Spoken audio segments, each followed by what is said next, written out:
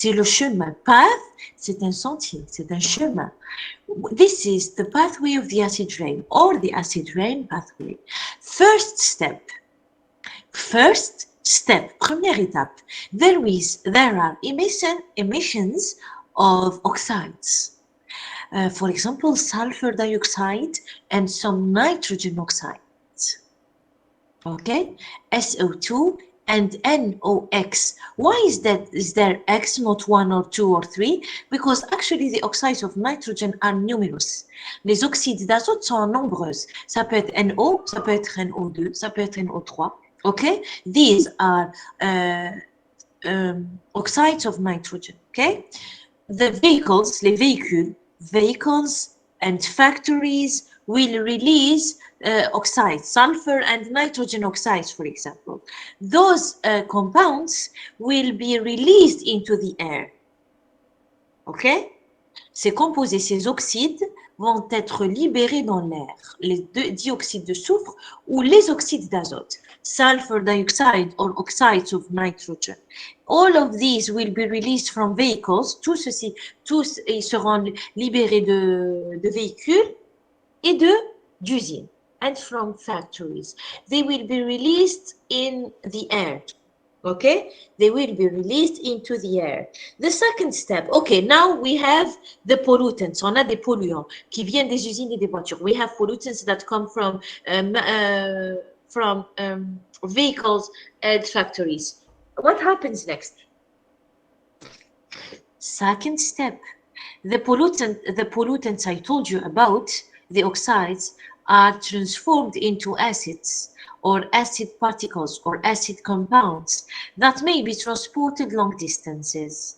Ces solutions vont être transformées en composés acides qui pourront être transportés sur de longues distances. But tell me, guys, do you have an idea about the origin of this phenomenon? How can these pollutants become acids? Comment est-ce que ça se fait que ces composés vont devenir acides? Actually, the same thing exists with carbon dioxide. La même chose va se produire pour le dioxyde de carbone. The carbon dioxide.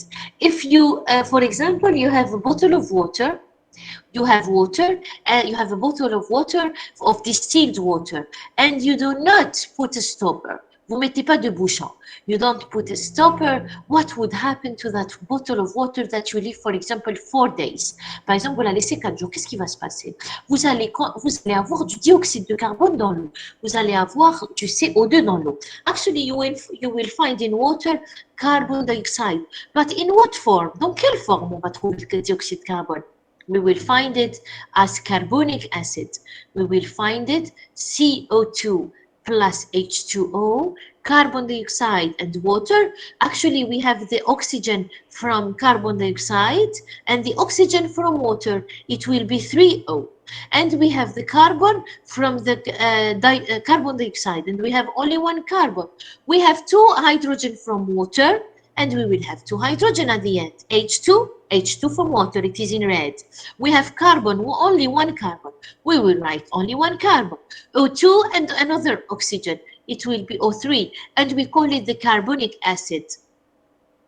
Okay, we call it the carbonic acid, l'acide carbonique. C'est un diacide. C'est pas l'acide carboxylique. Be careful, it is not the carboxylic acid. The carboxylic acid is an organic one, and this one is a mineral acid. Okay? Do you understand? L'acide carboxylique, c'est le groupement, c'est OH. Yes. Not like this. It is different from this. Okay? Do you understand? This is an example of what can happen to oxides when they meet water. Quand ils rencontrent de l'eau, ils peuvent se transformer en composés acides. Ces composés acides peuvent être transportés sur de distance. Actually, these oxides can turn to acid substances, and these substances can be transported long distances. Second step, understood. Third step, these acid particles or these acid compounds then fall to the earth as wet and dry deposition. Ensuite, ces particules ou ces ions ou ces molécules acides vont tomber par terre sous forme mouillée Donc, la forme mouillée, c'est quoi? C'est la pluie et la glace. Et sous forme sèche, telle que la poussière. Do you understand this? Do you understand this fourth step? Do you understand it? Yes. Okay, what about the fourth one? L'absorption, madame, c'est l'absorption de la terre. L'absorption de la terre, la dernière étape. Exactement, yes. The final, the last step, c'est étape. The last step, you know what will happen? I told you the pollutants will be released from vehicles and factories. Those pollutants will meet water. They will turn into acid substances. These acid substances will be transported long distance. They will fall to the earth as wet ice, as snow and rain. These are wet. Les mouillés, c'est la neige et la pluie. And the dry ones, c'est the dust, la poussière. When they fall, the last step is that they fall and they will affect, they will cause harmful effects. What is the meaning of harmful? Harmful, c'est nocif. حاجة ماشي مليحة, حاجة مضرة. Harmful, nocif. Okay?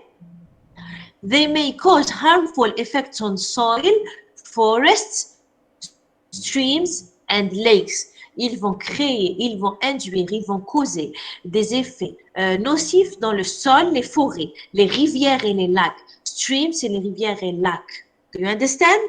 Because they fell, طاحوا, ils sont tombés. Quand ils vont tomber, ils sont tombés, où ils يروحوا? Ils يروحوا dans l'eau, des rivières, des lacs, ils يروحوا dans la mer, ils يروحوا dans le... What is soil? Soil, c'est la terre. Actually, that soil, when you eat that soil, you will have the pollutants. Quand vous mangez ce sol, vous allez avoir les polluants. Quand vous mangez l'herbe qui a grandi sur ce sol, vous allez manger des polluants. Do you understand? Tell me, Hudayfa. On a aussi la des sels minéraux. Sorry? Les minéraux dans la terre. Yes? À cause de cette pollution, on a les richesses de la terre vont diminuer. Eh? À cause de la pluie acide. Ouais. Because of the acid rain. Yes. Why is that? There is a scientific explanation. Do you know it? Because sometimes, actually I'm gonna explain it. But before, first tell me, did you understand what is the Industrial Revolution? What is a fuel? What is a fossil fuel? What are the advantages and the disadvantages of the Industrial Revolution? Did you understand how the acid rain formed? Yes, ma'am. Yes. Okay, thank you. You understood what is carbonic acid. Now, what happened to aluminium? This is the question. It is what Hudayfa said exactly. Actually, the problem is, this is what happened to aluminium. Because of the acid rain, aluminium could be extracted from the mountains and released into the environment. À cause de la pluie acide, l'aluminium a pu être extrait des montagnes, extrait des roches, rocks, and released into the environment. Il a pu être extrait et libéré dans l'environnement, dans la terre, dans les arbres, dans l'herbe et dans l'eau. C'est ce qu'a dit Hudayfa. This is what Hudayfa said. Hudayfa said that because of the acid rain, that acidity, هذيك l'acidité, that acidity or the acid rain will be able to extract the metals. The acid rain will be able to extract the metal and release them elsewhere. Grâce à la pluie, à cause de la pluie acide, il y aura extraction des métaux, il y aura une extraction qui est plus facile grâce à l'acidité et ces éléments vont être libérés dans l'environnement. C'est ce qui s'est passé avec l'aluminium. L'aluminium existe naturellement dans la croûte terrestre et dans les roches. Aluminium is very abundant in the Earth's crust and in rocks. It is not difficult to be extracted or difficult to extract. And actually, it is it is even easier to extract it when the rain is not normal but acid. When the rain is acid, that acid rain will be able to extract aluminium and release it, le libérer in the environment, in the soil, la terre, the trees, les arbres, the grass, l'herbe, and the water. The problem is that if water contains a lot of aluminium, you will drink that water, you will have aluminium. If the soil has a lot of aluminium, you will eat some grass from that soil and you will have aluminium. Okay, these are the pictures. Industrial revolution first, acid rain, atmospheric acidification. Do you understand the meaning of acidification? It makes acid, as I explained. The third step is that massive export of aluminium from mountains occurred. Because of the acid rain, aluminium could be extracted, and massive. Massive means a lot, big, large, okay? Okay, because of that, because of the acid rain, we have aluminium everywhere. But is aluminium toxic? Is aluminium toxic? Aluminium is everywhere. No. Exposure, une exposition. Une exposition. Exposure, c'est une exposition. Okay? Exposure, c'est une exposition. Don't worry, we will work less than 10 minutes, inshallah, it will be free, okay? Exposition. Give me a minute, please. Exposure, exposition. Exposure to aluminium. Aluminium is everywhere. Exposure to aluminium in small quantities is usually not harmful. I told you, harmful, c'est nocif. En général, une exposition à de faibles quantités d'aluminium n'est pas nocive. Exposure to aluminium in small quantities is usually not harmful. It is not a significant source of concern in persons with normal elimination capacity. A significant source of concern, significant means important, means significative, quelque chose d'important, quelque chose de grand, significant. Source of concern, significant source of concern means une source d'inquiétude. Source of concern, I am concerned. In English, je suis inquiet. I'm concerned. Okay? It is not a significant source of concern in persons with normal elimination capacity. Ce n'est pas une source d'inquiétude normalement, mais chez les gens qui sont exposés à de très faibles quantités et qui ont des capacités d'élimination des métaux, une élimination normale. Okay? Qui n'ont pas de problème rénal, par exemple. They don't have any problems in their kidneys. Do you understand? However, toutefois, be careful. Exposure to high levels can cause serious health problems. And this is the problem. When we are exposed to high levels of aluminium, like a lot of people are exposed to high levels of aluminium. When they are exposed to high level of aluminiums, they can be sick. Okay, they can be sick, and actually the problems can appear after 20 or 30 years. Quand vous êtes l'autre comme exposé à de grandes concentrations, vous pouvez avoir des soucis de santé même après 20 ans et 30 ans. Because aluminium is found in food, water, air, and soil, people may be exposed to high levels of aluminium when they...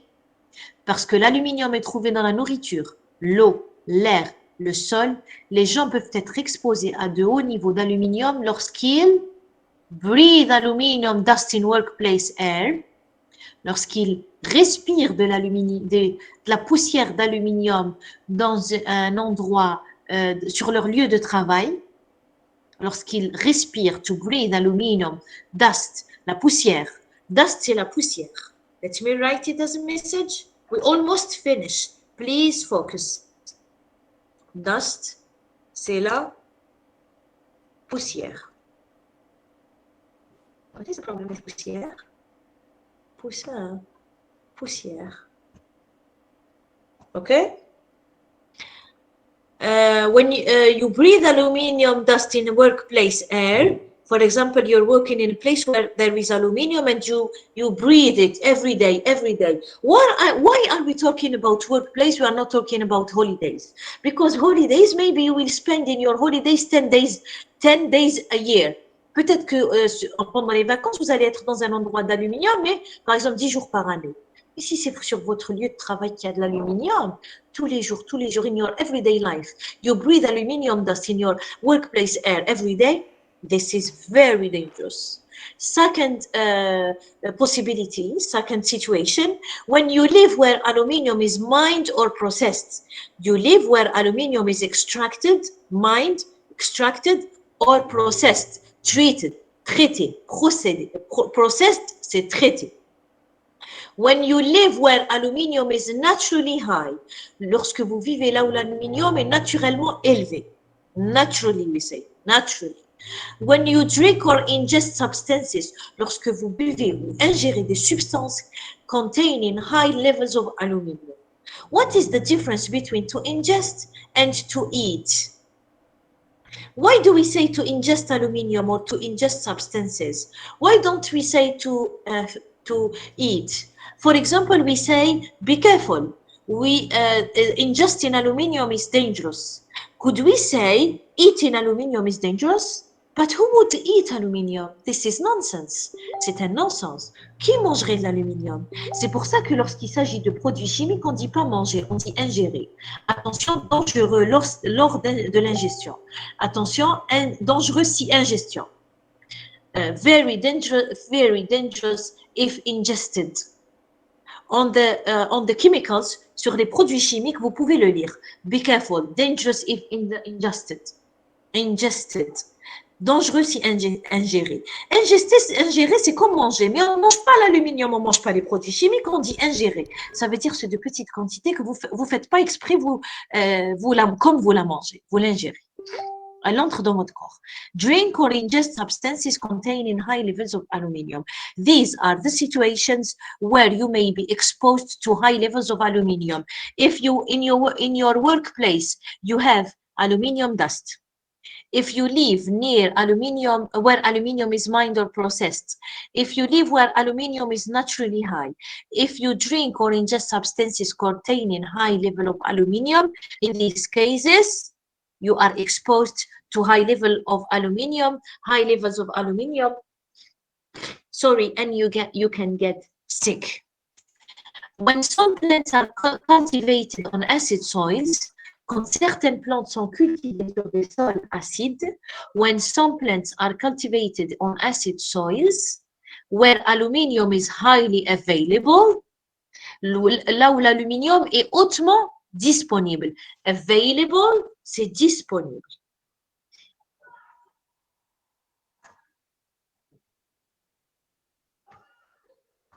Available, c'est disponible. Disponible.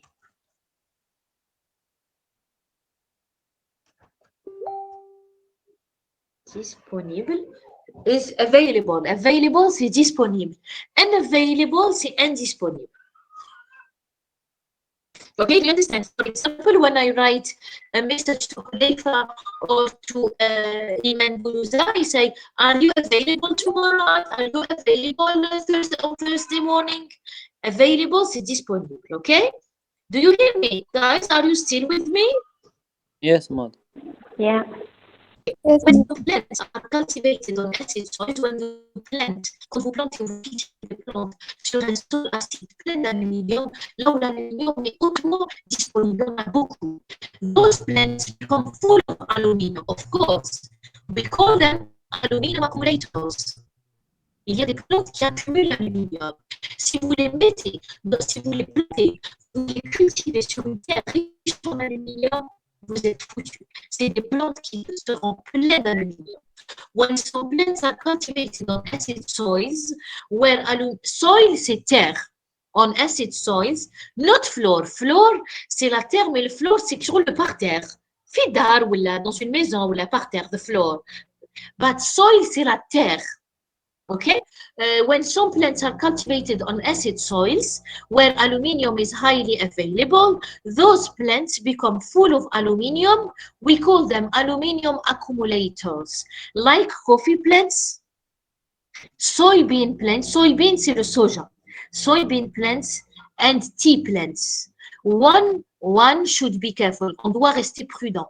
One should be careful with coffee plants, soybean plants, and tea plants, because these three plants, I told you, soybeans and soja.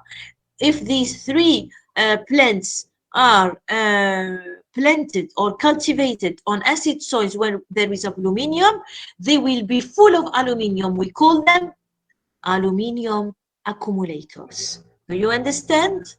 Now, what are the things you should do or you should avoid to avoid aluminium exposure, or what should you do or what should you avoid in order not to be exposed to high levels of aluminium?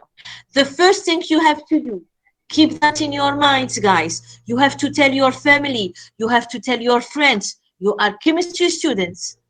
Avoid, éviter, avoid, éviter.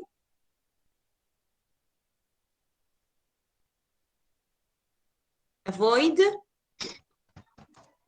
éviter. Avoid,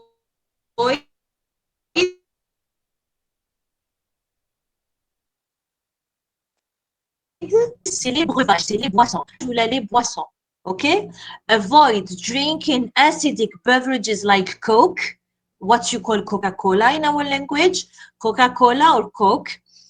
Avoid drinking acidic beverages like Coca-Cola and tea in aluminium cans.